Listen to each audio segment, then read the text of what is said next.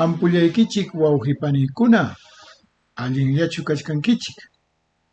Kunanmi qallarichkanchik hawaqpa videokunata. Kunanmantapacham sapa semana hawanakuchkasun. Rimanakuykunawan hinaspataqmi hawaq revistapi qillqasqanchikkunawanpas. Ñawpa yachayninchikkunatam kutichisunchik. Inka ripachapim kachkanchik, pachakuti ñampiñam kachkanchik. Hinaspaqa kuskaya puririmusun kallpachakuspa. Huk umalla huk sunqulla hatarimusun lliw suyunchikkunapi. Hinaspa chikichaywan hipa hamuq wawanchikkuna wiñarinqaku. Sumaqta kawsakuspa, kallpachakuspa, kusikuspa. Paykunam llaqtanchikta hatarichinqaku sumaqta. Chayta hawrikuspam kunan rimanakuyta pamuchkaykichik. Wawqinchik Guillermo Marinwan. Paymi rimarichkanqa México sutiyuq llaqtamanta.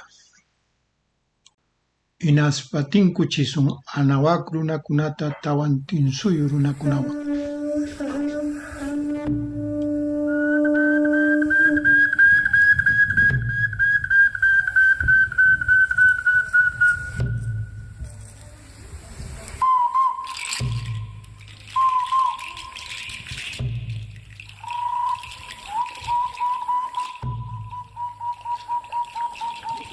Me gustaría primero, hermano, si para el público de la comunidad tahuantinsuyana en todos los países, el ámbito de su influencia, ¿quién es Guillermo Marín? Bueno, pues es un anahuaca ubicado en el país colonial llamado México. Tengo 70 años y de ellos 40 dedicados a la investigación, promoción y difusión de la sabiduría ancestral de la civilización, que es conocida esta sabiduría como Toltecayo en el norte. Nosotros creemos que somos una sola civilización desde Alaska hasta la Tierra del Fuego, y que partimos de ahí para entender un proceso de concientización, y en eso estamos trabajando porque creemos que el futuro es la memoria histórica y la identidad cultural ancestral que nos han despojado los invasores españoles durante 3 siglos y los últimos 2 los criollos con su neocolonia. Ese es Guillermo Marín. Gracias. Aquí en el sur, en lo que es el ámbito del Tahuantinsuyo, lo único que se conoce cuando nos hablan de México es de la civilización azteca, y más precisamente dicen el imperio azteca, de la misma manera como a nosotros nos han estado etiquetando como el imperio inca.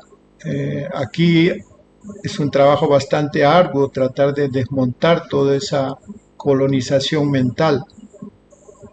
¿Qué nos podrías hablar del caso específico de la civilización Anahuac y en relación a lo que se dice como imperio azteca?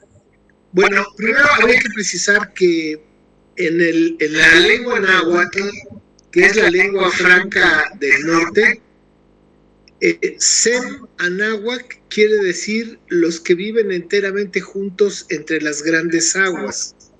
Y solamente Anáhuac se refiere a los que vivimos en el norte, pero Sem Anáhuac incluye al Tahuantinsuyo y al Anáhuac juntos, y Anáhuac solamente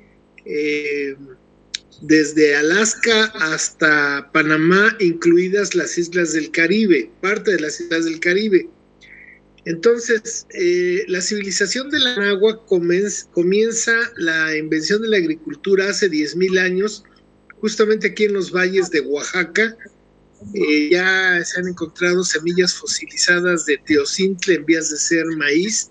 Después nace la milpa, la nixtamalización que permite convertir el maíz en masa, y de ahí 3,500 productos. Entonces, esta historia arranca desde hace 10,000 años. y se puede entender en dos grandes bloques. El Anáhuac ancestral, a partir de la invención del maíz en el año 8000 a.C. hasta 1521, que inicia la invasión. Y el segundo periodo es de 1521 al 2022, que es una neocolonia, y que, de 1521 son 3 siglos de colonia española y luego 2 siglos de neocolonia criolla llamada México. Pero vamos a hablar entonces de la primera parte. Del año 8000 a.C. a 1521 se divide en 3 grandes periodos. Un periodo formativo que casi son 8 milenios, que va desde ser nómadas, cazadores, recolectores, hasta 1500 a.C., que aparece ya la cultura llamada olmeca o cultura madre, perfectamente decantada. Entonces, este primer periodo formativo se va a crear los primeros 4 sistemas de la pirámide de la plenitud armónica tolteca, que son alimentación, salud, educación y organización, como los más importantes. Es del año 8000 a.C. a el año 200 a.C. Luego viene el segundo periodo, conocido como el periodo clásico o del esplendor, representado por la cultura teotihuacana, que es del año 200 a.C. al 850 después de Cristo. Son más de 1000 años, donde básicamente lo más importante de este periodo es que se logran estructurar los 3 niveles superiores de la pirámide de la plenitud armónica, que son los que buscan la trascendencia espiritual de la existencia de los individuos y de las comunidades.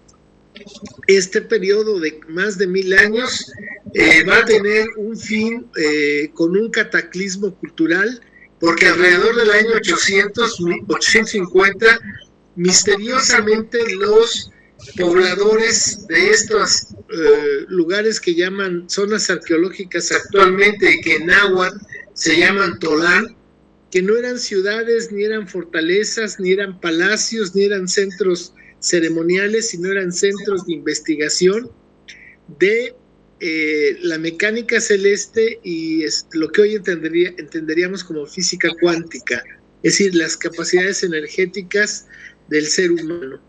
Y este colapso que se da en el 850 hace que los que poblaban estos sitios los destruyan, los cubran de tierra y literalmente desaparecen. No sabemos a dónde se fueron, no sabemos por qué lo hicieron, solamente dejaron dicho que regresarían en el año 1 Caña, que se repite cada 52 años, a restaurar la sabiduría de Quetzalcóatl. Y entonces viene el tercer periodo posclásico decadente, del año 850 a 1521. Estos 671 años son de una decadencia de carácter filosófico espiritual, pero no cultural. ¿Qué quiero decir con esto? Bueno, pues que en 1519 los invasores castellanos encuentran la ciudad más grande del mundo en ese momento, que era Tenochtitlan, de los mexicas, no aztecas, sino mexicas, que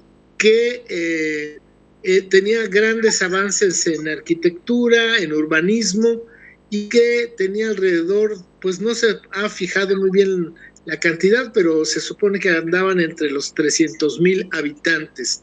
Bueno, este periodo es un periodo decadente y habría que explicar que fue una decadencia de carácter filosófico espiritual, porque los mexicas, que su nombre original, el que ellos traían del norte, fue el último grupo humano, la última migración que vino de los desiertos del norte a la Anáhuac, al valle de la Anáhuac. Ellos se llamaban a sí mismos Mestin. No hablaban náhuatl, no tejían algodón, no sembraban milpa, vestían con pieles, eran cazadores recolectores. Y ellos llegaron en el siglo XI al valle de la Anáhuac y rápidamente se culturizaron de los remanentes de la sabiduría tolteca. Aquí hay que precisar que tolteca es un grado de conocimiento de la Toltecayot, que ya dije que es la sabiduría ancestral. Entonces los toltecas desarrollaban la Toltecayot en los tolanes. Como estos se habían ido, sí quedó un remanente de sabiduría tolteca y con la cual estos nómadas cazadores en poco tiempo se culturizaron y después, como los códices los recogían como el pueblo sin rostro que bajó del norte, hubo un personaje llamado Tlacaelel, que fue un Cihuacóatl, es decir, un hombre que era el segundo en la gobernancia, que fue Cihuacóatl de 3 tlatoanis, el otro par de autoridad.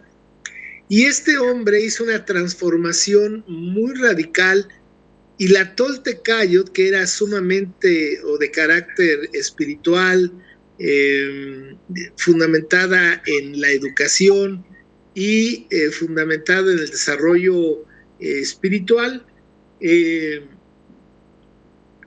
fue cambiado por una nueva ideología que creó este señor Tlacaelel, que se llama la Mexicayotl, que es el símbolo de el valor, la voluntad de poder, la materia y la guerra.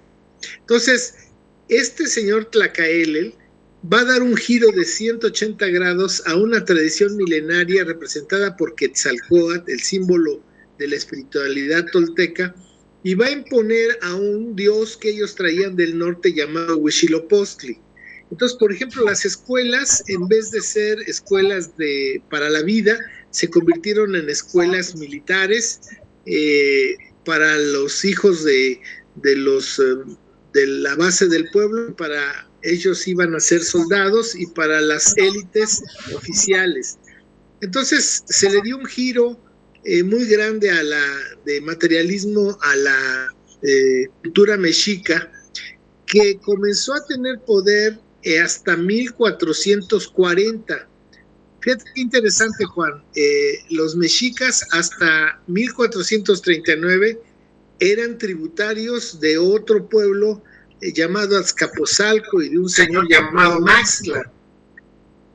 Pero ellos hicieron una guerra en contra de este tirano y comenzaron su desarrollo militar y su desarrollo material a partir de 1440. A 1521 fueron 81 años realmente de este desarrollo cultural transgresor del pensamiento ancestral de la náhuatl.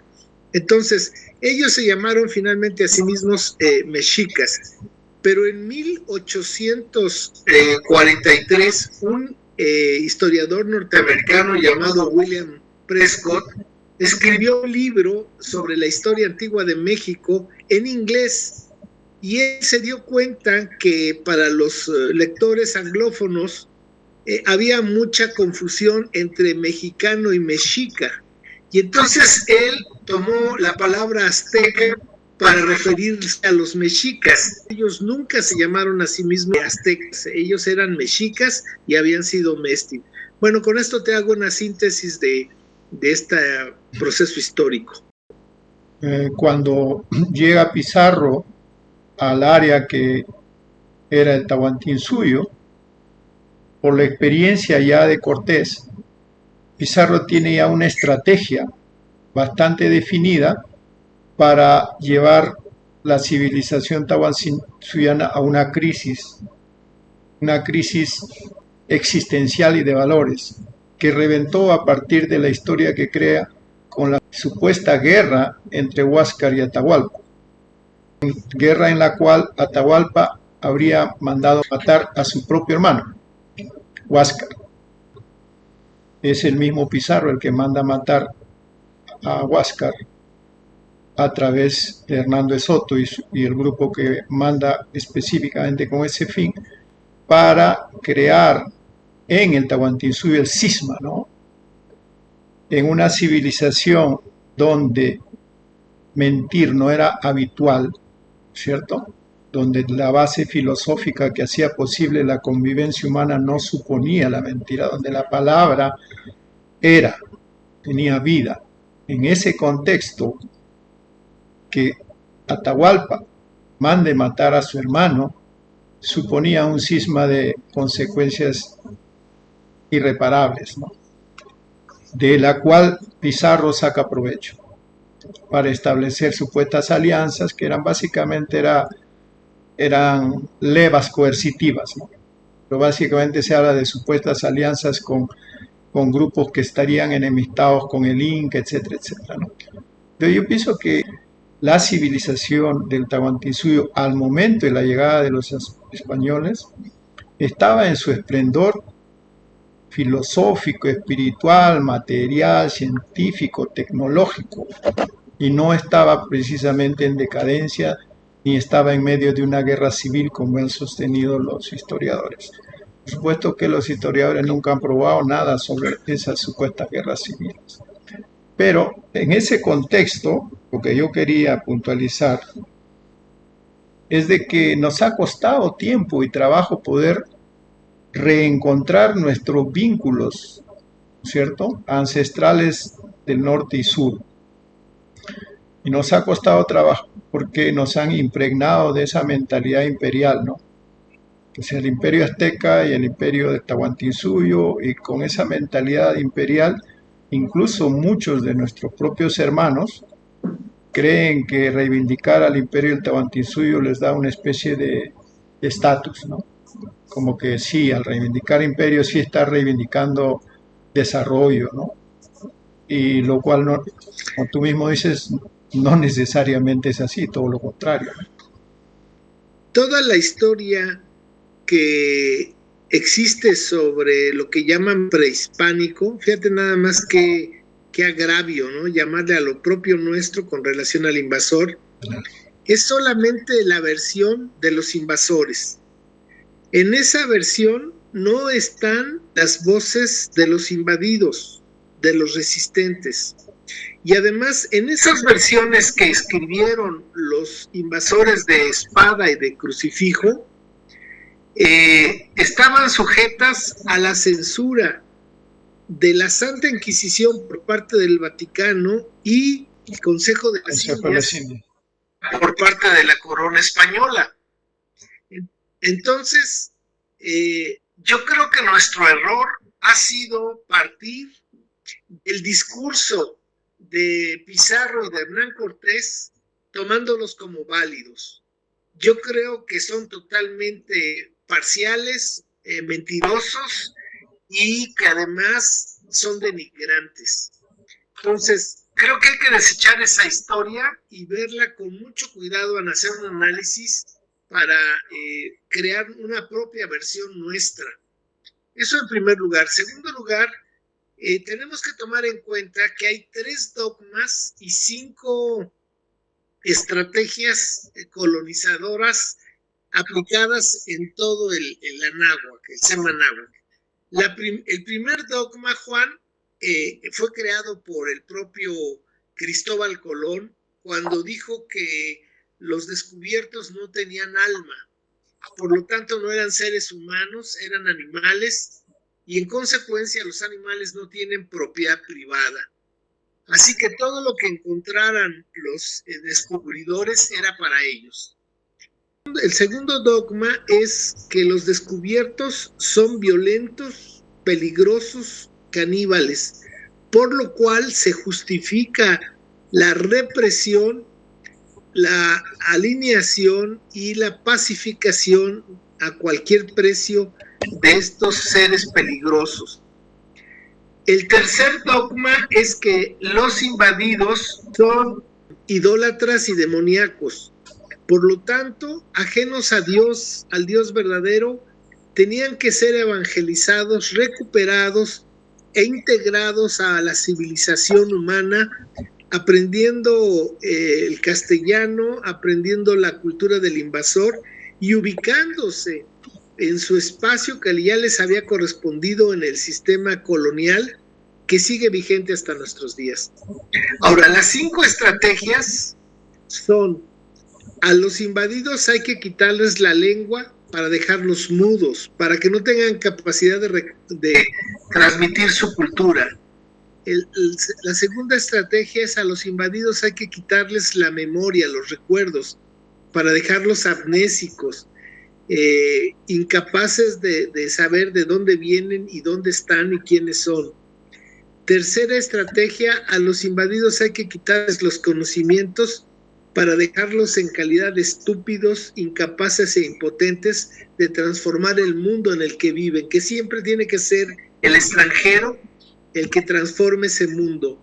Cuarta estrategia: a los invadidos, a los descubiertos hay que quitarles los espacios, no solamente las mejores tierras, sino también los espacios comunitarios y los espacios sagrados, para dejarlos en el aire, sin raíz, sin sustento en esta realidad.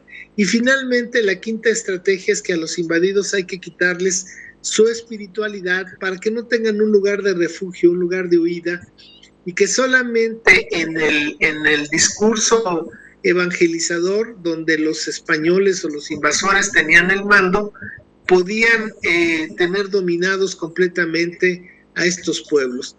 Entonces yo creo que necesitamos, a partir de estos elementos, de los dogmas y las estrategias, ir recuperándonos a nosotros mismos a partir de la memoria, del pensamiento crítico y la memoria comunitaria que sigue ahí, porque nosotros creemos que hay un banco genético de información cultural. Te doy un ejemplo muy concreto. En México, en la Ciudad de México, en el año de 1985, hubo un pavoroso terremoto y gran parte de la ciudad se vino abajo, los grandes edificios se vinieron abajo, y la gente, esos ciudadanos de la Ciudad de México, que aquí les decimos chilangos en el país de manera peyorativa, a los de la Ciudad de México les decimos chilangos, individualistas, mezquinos, aprovechados, violentos. En cuestión de segundos, Juan, se transformaron en anahuacas y comenzaron a rescatar a las personas que estaban atrapadas en los escombros. No había diferencia de edades, ni de rangos económicos, ni culturales. Era el pueblo rescatando al pueblo. Y el Estado mexicano se colapsó, se quedó catatónico durante por lo menos 5 días hasta que comenzó a reaccionar. Pero quien hizo todo ese gran rescate en la Ciudad de México en 1985 fue la gente. Pero además es mencionar que el concepto de protección civil nació a partir del terremoto. De modo que la gente que estaba en el rescate no tenía noción aparente de lo que era el rescate de personas y la organización de la protección civil. Y me refiero a esto en cuanto al banco genético de información cultural, que nuestros pueblos lo tienen en su resiliencia para mantener la identidad. Entonces creo que nosotros necesitamos recuperar la historia a nuestra manera. Y yo te diría, desde mi humilde punto de vista, porque yo no conozco la cultura y me gustaría hacerlo, la cultura del Tahuantinsuyo, pero tengo elementos que me han permitido entender que somos una sola civilización. Por ejemplo, tenemos la cultura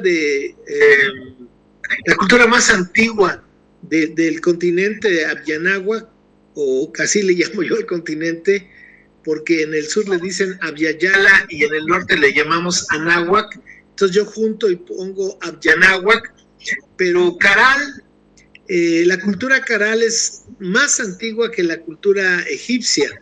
Ahí tenemos una cultura muy antigua, poco estudiada por nosotros, no por los criollos y los extranjeros, sino por nosotros. Y tenemos, por ejemplo, elementos culturales como Chavín de Huántar, tenemos cabezas de Chavín de Huántar que son muy parecidas a las cabezas olmecas de Veracruz y Tabasco en México, y son del mismo periodo preclásico formativo. Tenemos, por ejemplo, atlantes en Tula, Hidalgo, que son muy parecidos al Atlante que aparece en Tiahuanaco.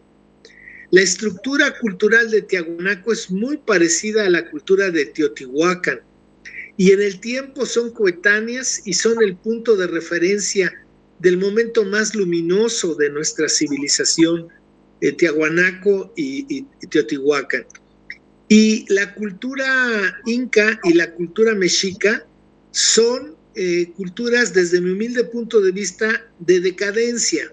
Para mí el punto más sobresaliente al que deberíamos enfocar nuestra revaloración de lo que somos, porque ahí está dada la génesis de lo mejor de nosotros, está en el periodo clásico de Tiahuanaco y en el periodo clásico de Teotihuacán. Ya la cultura inca, igual que la cultura mexica o mal llamada azteca, ya son de un periodo de decadencia cultural, y yo por eso hace rato hice una observación muy puntual. Dije que había una decadencia de carácter filosófico, pero no cultural, porque hay estudios que aquí se han hecho en México muy puntuales sobre la calidad de vida de un español de Madrid de 1519 y la calidad de vida de un Tenochca de 1519. No había comparación, Juan, en alimentación, en salud, en educación y en organización. Yo creo que hay que partir, desde mi humilde punto de vista, hay que partir de que nosotros somos de las 6 civilizaciones o las 5 civilizaciones más antiguas con origen autónomo del planeta, los que logramos la más alta calidad de vida para todo el pueblo. Y esa alta calidad de vida es justamente la razón por la cual los bárbaros salvajes de Europa de la Edad Media vienen aquí a hacer sus fechorías con poblaciones sumamente espirituales, sumamente educadas, sumamente culturizadas, y que entonces, si te das cuenta, hay un mismo discurso que justifica la invasión y le da razón de ser a la colonización. Creo que es ahí donde nosotros necesitamos hacer a un lado la academia, que es una academia criolla, que es una academia hispanista, que es una academia al servicio de los intereses económicos y políticos de las clases dominantes criollas de otros países, y tenemos que hacer nuestra propia historia. Eso es lo que yo he venido haciendo durante 40 años, y creo que es el camino, porque la respuesta de la gente común y corriente, no los académicos, no los historiadores, sino la gente común y corriente, cuando uno les explica el proceso de desarrollo humano en el Anáhuac, es cuando ellos sienten que algo se ha llenado, un vacío se ha llenado que existía desde niños, porque el sistema educativo mexicano está hecho para crear ignorantes de sí mismos. Ese es mi humilde punto de vista, Juan. En el caso nuestro, la historia que nos hacen digerir desde niños es una historia 100%, como lo dijiste ya, ¿no? Versión de los invasores. Y el problema para nosotros es que, siendo una cultura al mismo tiempo de tradición oral y también de escritura, o sea, nos arrebataron la escritura, las quemaron literalmente todo, fueron miles y miles y miles de piezas de nuestra historia que terminaron en la hoguera. Entonces, para nosotros ha sido bastante difícil. No sé si en el caso de ustedes se pudieron rescatar códices, sistemas de escritura que ha permitido recoger una serie de informaciones con más detalle, digamos, ¿no? Para nosotros nos ha quedado parte de la tradición oral que se ha venido manteniendo a través de las celebraciones, las festividades, los rituales la dinámica que ha venido desarrollando en las comunidades ancestrales llamadas ayllus. Y por otro lado, lo que empezaba a darle mucho valor es el estudio o la recuperación de nuestra propia lengua, porque nuestra lengua, conocida como quechua, ha sido pasada por el tamiz de los curas, ¿no? O sea, prácticamente ellos han volteado y han puesto nuestra lengua a su servicio y han hecho una serie de distorsiones en las traducciones que tienen consecuencias nefastas a la hora de reivindicar la identidad porque hay confusiones tremendas. En ese camino de recuperación de lengua, por ejemplo, yo he encontrado similitud de contenido en lo que tú explicas que sería Senanahuac con lo que nosotros estaríamos visualizando como Amaru Pacha. Porque Amaru, para nosotros Amaru es la serpiente sagrada. Pero la serpiente sagrada, que tiene sus simbolismos, está representando específicamente a toda la cordillera de los Andes, desde Tierra del Fuego hasta el norte. O sea, toda.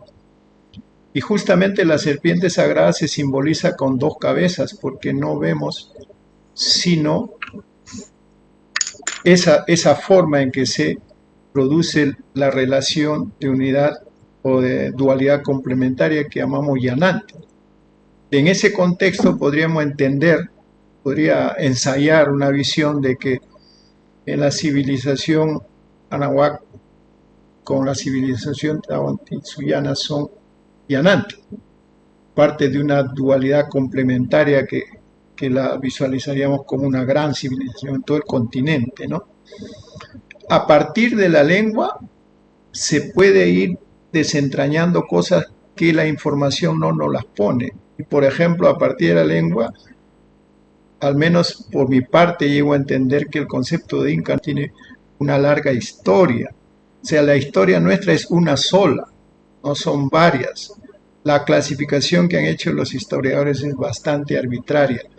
En Sacsayhuamán hay investigaciones que hablan de un periodo de construcción muchísimo más largo de lo que especulan los historiadores. Entonces, para nosotros todavía hay un desafío grande por investigar. Seríamos muy apresurados en decir que tenemos respuestas. Lo único que podemos esbozar es que nuestra historia ha sido tan tergiversada que su restauración es la tarea prioritaria ahora. No estamos hablando de la historia que nos cuentan de los 14 incas, no estamos hablando de una visión espiritual, filosófica, un modo de vida que abarca muchísimo más desde sus raíces, desde los primeros ensayos de Ahuari, después Tiahuanaco y después la experiencia del Tahuantinsuyo desde mucho más atrás. Esa dualidad complementaria es la que nosotros vemos cuando hablamos de lo que se ha venido a conocer como la profecía del reencuentro entre el águila y el cóndor. Tiene sentido para nosotros, estamos hablando de la serpiente de dos cabezas, estamos hablando de una relación que tiene una expresión vital en la relación complementaria. Sabemos que había intercambio desde miles de años atrás, había navegación entre nuestros pueblos, intercambio de muchos aspectos, el maíz, la papa, es decir, había muchos intercambios, había una fluidez de intercambio, había una relación. No sabemos todavía en detalle, ¿no?, muchas cosas que son producto de esa relación, pero sí también pienso de que, vamos a decir que era una civilización de dos cabezas, ¿no? Si cabe la expresión. Mira, lo que yo he llegado a concluir es de que nosotros, que no podemos salir del calabozo de la colonización con las ideas de los carceleros. Tenemos que hacer a un lado ya los conceptos y las ideas básicas de los colonizadores de ayer y de hoy. Yo voy a explicarles para el caso concreto del Anáhuac, pero no dudo que sea muy similar con ustedes, porque somos lo mismo y tenemos a los mismos enemigos y las mismas tragedias las hemos compartido precisamente por los invasores.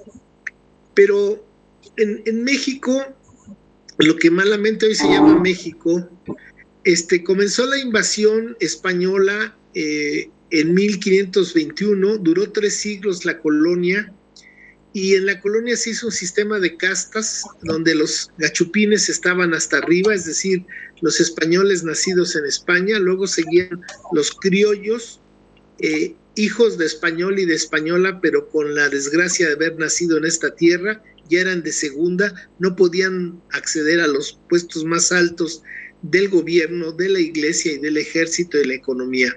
Después venían los mestizos, los africanos esclavizados y al último los anahuacas, la gente de nuestro pueblo. Estos 3 siglos, los gachupines, además déjame decirte que el objetivo, los autores intelectuales de la invasión son el Vaticano, la alta jerarquía del Vaticano y los banqueros de Venecia. Es decir, toda esta historia que han contado los hispanistas es falsa. Fue un acuerdo del Vaticano, ya sabían qué había aquí, dónde estaba, y vinieron por ello. Y los banqueros de Venecia y utilizaron como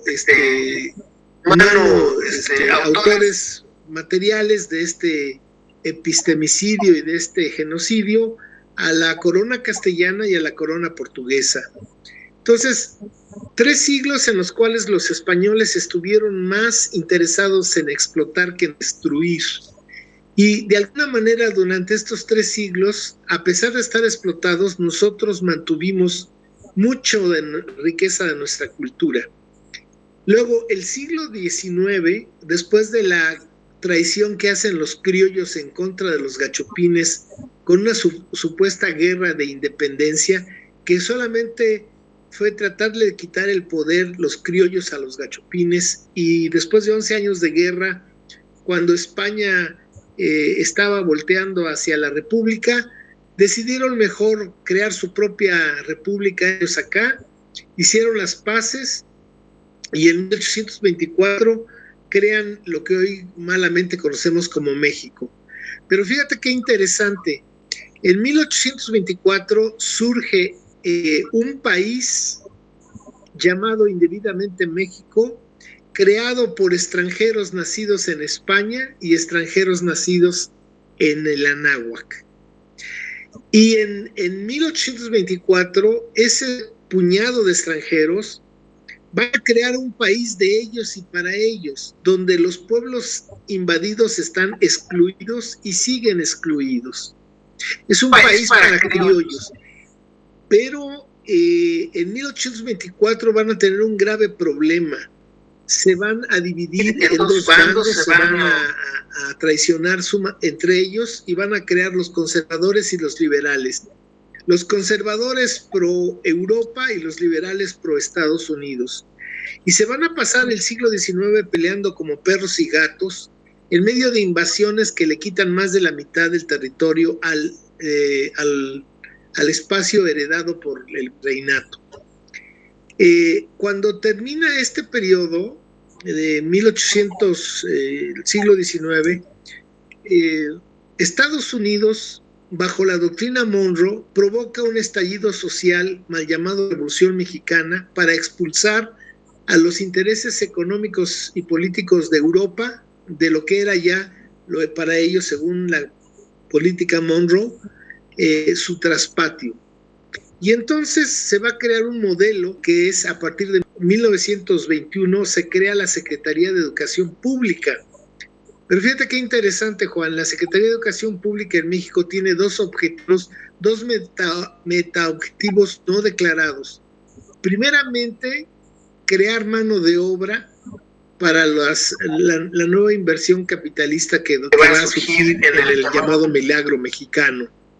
Y segundo, tal vez más importante, destruir todas las culturas ancestrales que habían sobrevivido esos 400 años. Entonces, la SEP va a mandar a todo el país, a todas las comunidades, maestros a prohibir hablar las lenguas originarias, golpeando a los niños, multando a los padres de familia, erradicando la cultura en las comunidades. Ellos llevaban, los profesores vasconcelistas llevaban el progreso, la modernidad, la castellanización, la occidentalización del pueblo de México. Entonces, aquí viene un fenómeno muy interesante. El proyecto criollo en México, pero no dudo que también sea en Sudamérica, de los criollos, porque nuestros países bananeros no son más que son creaciones de los criollos para los criollos. En el caso de México muy particular, no se podía mantener ya el concepto de gachupín y de criollo. Y entonces se necesitaba hacer algo muy importante, que era crear un país con una sola identidad. Y entonces cuando le llaman México, que no tiene nada que ver con nosotros, se va a hacer un ciudadano monolingüe, solamente va a hablar español, monocultural, solamente va a ser la cultura norteamericana de la modernidad, va a ser con una sola identidad nacional, se van a acabar las 69, el baluarte de los 69 pueblos que sobrevivieron, solamente va a haber mexicanos, se va a crear una historia prehispánica oficial de los aztecas a la invasión, se va a crear una historia nacional entre buenos y malos, de las luchas entre los criollos por el poder, y se va a hacer un país mono, un país monolingüe, monocultural, monoétnico. Pero el golpe muy interesante de todo esto, Juan, es que al decir que todos somos mexicanos, como todos somos peruanos, como todos somos bolivianos, se agazapan, se camuflajean los criollos. Entonces, es decir, aparentemente todos los mexicanos somos iguales, aparentemente tenemos los mismos derechos, aparentemente tenemos la misma historia, pero en la realidad unos son más parecidos a otros. En la realidad no puedes comparar a Carlos Slim Helú, el hombre más rico de México y uno de los más ricos del mundo, con un indígena zapoteco de Oaxaca. Pero teóricamente todos somos mexicanos, teóricamente todos somos bolivianos, teóricamente todos somos peruanos. Ese es el mito que tenemos que romper desde mi punto de vista, Juan. No somos producto, no debemos de ser producto del criollismo, de la ideología criolla. Tenemos que ir a nuestra raíz más ancestral y tomar estos valores para crear una nueva realidad. Termino diciéndote nuevamente que no podemos salir del calabozo de la educación con las ideas, categorías y conceptos y la historia de los carceleros. Estoy completamente de acuerdo en lo que mencionas, y prácticamente las cosas que cuentas de lo que ha ocurrido en México es como si estuviera calcado en lo que nos ha ocurrido aquí. Fabricaron artificialmente un país llamado México, igual lo hicieron aquí, Perú, Bolivia. Todo es resultado de una fábrica absolutamente arbitraria, no tiene ninguna raíz ancestral. Esos estados, esos países, ¿no? Nada más era la continuación del poder colonial en su proceso de evolución, ¿no? Pero para nosotros, aterrizando ya ahora al contexto en que estamos viviendo, ¿no? Seguimos siendo receptores de esos discursos criollos. Y los discursos criollos tienen básicamente dos caretas, ¿no? Pero que forman parte de un mismo propósito, lo que se ha venido a conocer como derechas e izquierdas a nivel político, y que particularmente ahora la estamos sufriendo en todo el continente, ¿no? La izquierda gobierna México, gobierna Nicaragua, gobierna Venezuela, gobierna Colombia, gobierna Argentina, ahora Brasil, Chile, Perú. Es decir, hay un apogeo, digamos, de la presencia de la izquierda en los gobiernos, y justamente es el proceso en que más dificultades tenemos para sobrevivir los pueblos ancestrales. es el apogeo de la megaminería, es el apogeo de las condiciones de explotación corporativa más bárbaras de toda la historia, es el apogeo de la arbitrariedad, de la corrupción criolla a niveles, no sé si nunca antes vistos, pero realmente espantosos. Y sin embargo, el discurso criollo sigue teniendo impacto en nuestra población. ¿Qué es lo que podríamos o deberíamos hacer en este contexto que sea más efectivo para contribuir a restaurar la identidad ancestral y las condiciones de vida, de convivencia humana que nos heredaron nuestros abuelos?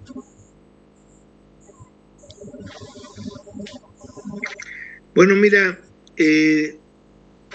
dice China como país hace 70 años era uno de los países más pobres y más corruptos del mundo, hace 70 años. Y China es tan antiguo como nuestras civilizaciones, somos civilizaciones casi coetáneas.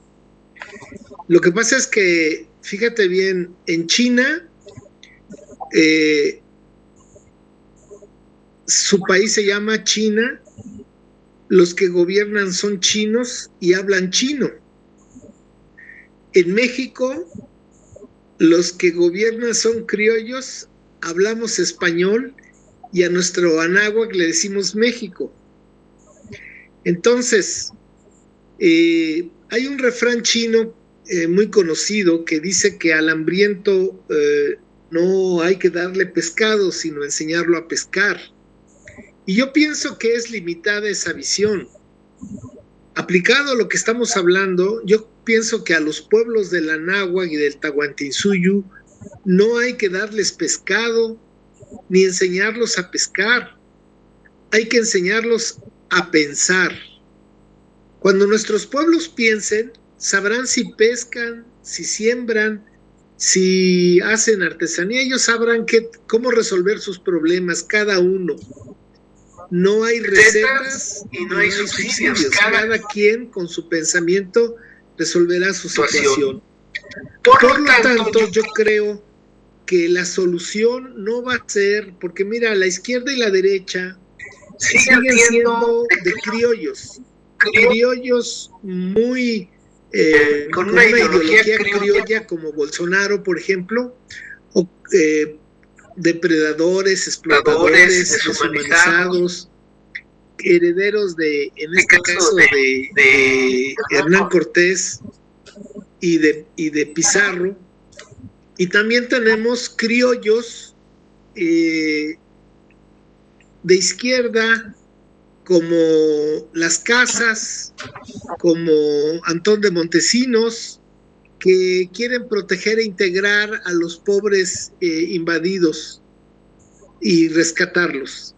Pero a final de cuentas es un pensamiento criollo y nosotros no debemos de caer en las luchas históricas de los criollos contra criollos. Llámale conservadores y liberales, llámales masones yorquinos y masones escoceses, llámales monárquicos, llámales republicanos. No podemos seguir cayendo en sus juegos, no podemos seguir sus arengas y sus banderas y nosotros ponerlos muertos. Yo creo que hemos estado luchando en los pleitos de los criollos por el poder.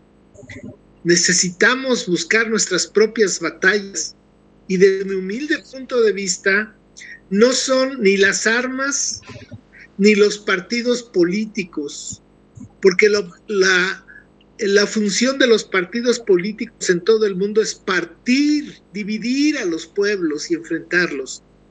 Entonces, para mí, la respuesta no es una lucha armada, no es una lucha política. Para mí la respuesta es la educación. Pero ahí no habría que confundir educación con instrucción, porque en todos nuestros países criollos subdesarrollados la educación es para el trabajo explotador, para que la gente sea mano de obra barata. Sino que cuando yo hablo de educación estoy hablando de principios, valores, de respeto, de equidad, de armonía. como la tuvimos con nuestros viejos abuelos. Hay que recordar que, por lo menos, pero yo creo que también en el Tahuantinsuyo, aquí en el Anáhuac, desde 1500 existía un sistema de educación obligatoria, pública y gratuita, y que cuando llegaron los castellanos, tenían más de 3000 años de ir a la escuela generación tras generación, y que entonces encontraron una sociedad escolarizada por siglos. Entonces, aquí se inventó en nuestra tierra, en el Semanáhuac, se inventó el concepto de educación para la vida, el concepto de escuelas como el Calmeca, el Telpochcali, el Cuicacali. Creo que necesitamos recuperar esta educación. Ahora, nuestra cultura es una cultura oral, no es una cultura escrita. Nada más que lo que no es como los europeos siempre es negativo y deficiente. Como no dicen ellos, tuvimos una escritura, no tenemos memoria, eso es falso. Tenemos la memoria más importante, que es la palabra, y por eso la recuperación de las lenguas ancestrales, que es una forma de percibir el mundo y la vida. Así como hay cosmovisión, hay audiovisión del mundo y la vida. Creo que la debemos de recuperar. Creo entonces, finalmente, Juan, que el futuro de nuestros pueblos está en la recuperación de una historia descolonizada, crítica y analítica a partir de un proceso de educación, y que eso no va a ser generado por el sistema, no va a serse generado por la iniciativa privada ni los medios masivos. Y es aquí donde entran justamente en lo que estamos, en estos medios alternativos, donde nos guste o no nos guste, se crean espacios y tenemos que aprovecharlos. El hecho de que tú y yo estemos hablando en vivo en este momento, que el Tahuantinsuyo y el Anáhuac estén conversando, es algo que se perdió hace 500 años. Y ahora lo estamos recuperando. Entonces creo que por ahí es el camino. Sí, yo creo que podemos terminar con una última reflexión, terminar esta noche, porque conversaciones a futuro creo que va a haber muchas. Yo escuché una última versión de la llamada profecía del encuentro entre el águila y el cóndor, y resulta que me presentaron una versión muy idílica, muy bonita de lo que significaba el águila, de lo que significaba el cóndor, pero el águila representaba el hemisferio norte, los países desarrollados, y el cóndor los países oprimidos, el hemisferio sur. El águila representaba la inteligencia y el cóndor el sentimiento.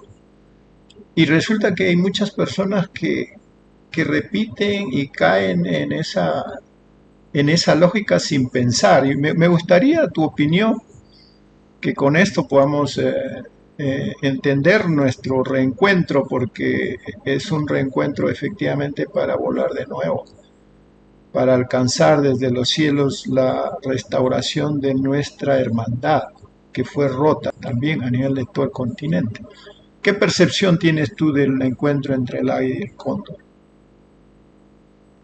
Bueno, desde luego que estoy de acuerdo en una primera instancia en esa parábola de encuentro, y bien caracterizado con el cóndor y el águila, aunque es justo decirte que aquí en el norte de México existieron cóndores y ya los están reactivando, ya están trabajando con unas especies y se están volviendo a reproducir en el norte de México, en Baja California básicamente.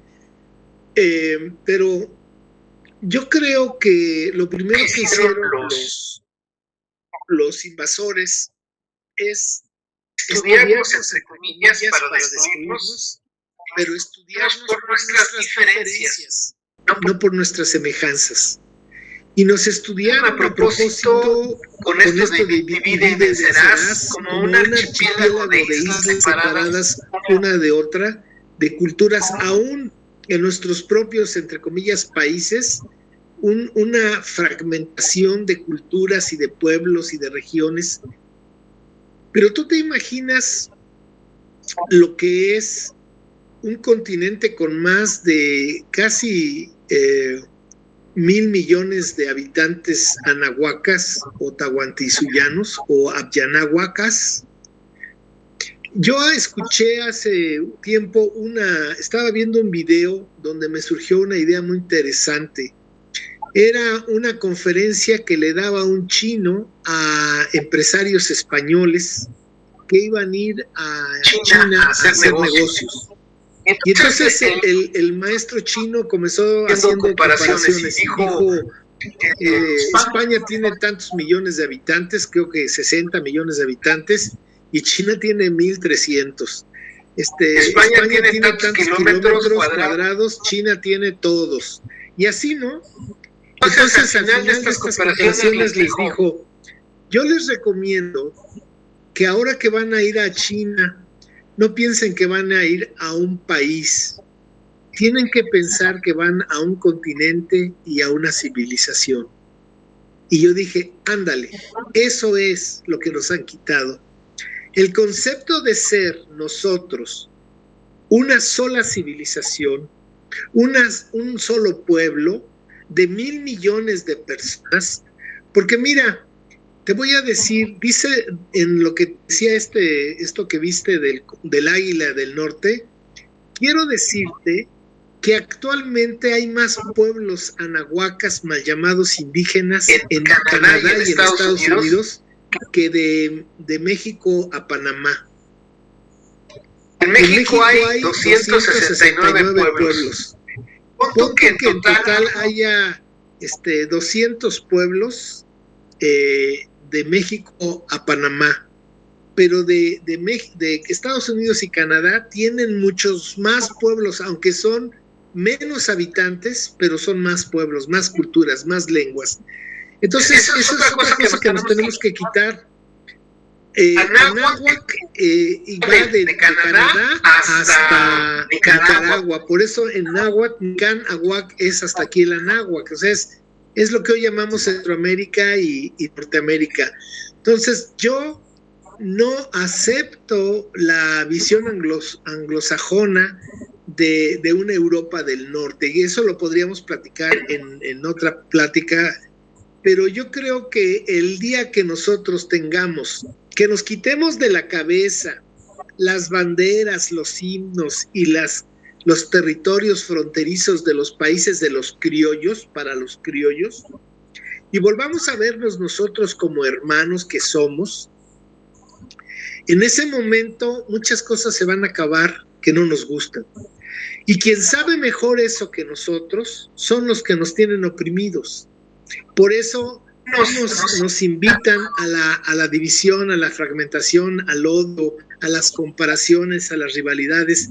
Pero entre tú y yo, Juan, podemos hablar como hermanos, como si nuestros pueblos, un mapuche con un yaqui, lo puede hacer de la misma manera, o todos somos lo mismo, pero es que seguimos creyéndonos, y yo terminaría con esto, Juan.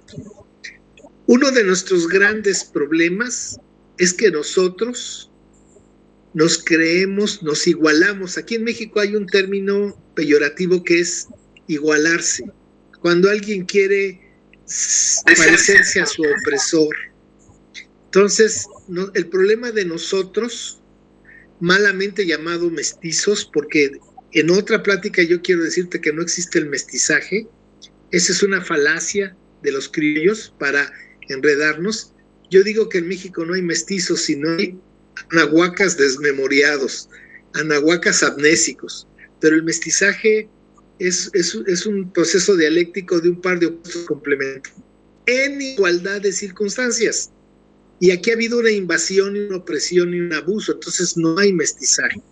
Pero bueno, entonces yo quiero terminar diciéndote que el día que nosotros nos logremos quitar de la cabeza que somos invasores, colonizadores, conquistadores de nosotros mismos, ese día vamos a poder cambiar este país. El día que dejemos a un lado, hagamos a un lado las ideologías criollas de derecha, de izquierda, nacionalistas, etcétera, las hagamos a un lado y vayamos a los valores de la tierra, de la familia, de la vida. Yo creo que en ese momento vamos a tener más cercanías que nuestras constituciones, que nuestras estructuras políticas, que son del virreinato y de la neocolonia. Entonces yo creo que necesitamos quitarnos este caparacho hispánico, criollo, y empezar a vernos con nuestros rostros propios y nuestros corazones verdaderos, Juan.